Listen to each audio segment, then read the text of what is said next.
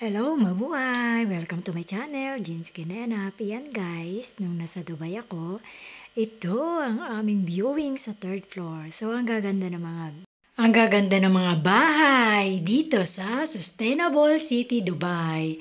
Ayan guys, so, yan nakikita nyo pare-pareha sa mga bahay dyan, di ba? Nakikimarites kami dyan. Ni Eden, ang bagong nani ng anak ng aming amo. Ayan guys. So, ang gaganda talaga ng mga garden nila dyan. May mga nagpapagawa, mga alagang hayop, ganun pala yung mga local or mga puti. Ayan guys, pusa yan sa kapitbahay. Nakikimarites nga kami bago kami maglinis. Ayan, nag-selfie attack din kami ni Eden. Adik sa selfie. Oh, ayan na nga, magsawa kayo sa pagmumukha ko. Ayan, binablog ko ang sarili ko lang ha. Hindi, bali experience. Yung mga memory ko dito sa UE, sinishare ko lang guys. Kasi ang sarap balik-balikan.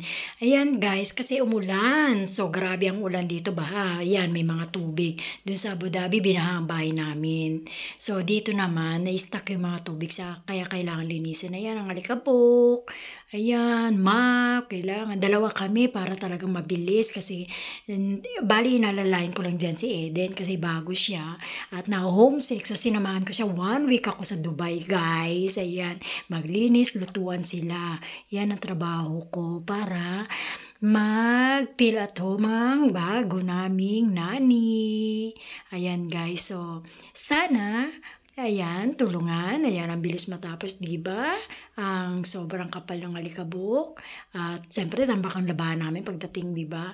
Kaya, yan, tulungan lang para mabilis at magaan ang trabaho. Ayan, guys. So, mabilisan na yan. Nagawa ang map at walis.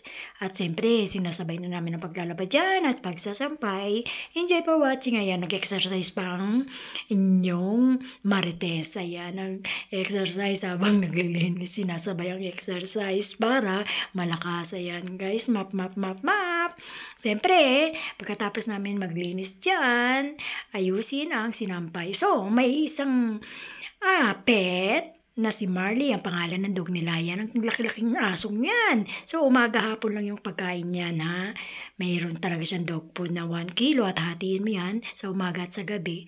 Kaya yun. Enjoy ng moment, guys. Ayan, pagsasampay para matuyo agad at kumalaglag man ng hangin, hindi madudumihan pag malinis na ang sahig. So, ayan, ang aso nag-aantay, makipaglaro.